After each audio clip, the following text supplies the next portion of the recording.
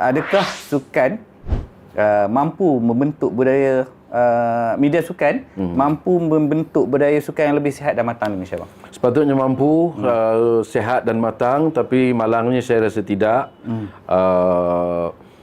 Saya rasa culture sukan sampai kadang-kala bosan juga dengar menteri sukan ini, menteri sukan itu, menteri sukan yang datang yang baru lagi cakap negara kita tak ada sports culture, tak ada sports culture, negara kita belum ada sports culture. Kadang-kadang bila dia buat convention besar-besar dia kata, oh kita industri sukan kita berkembang, potensinya tinggi dan sebagainya.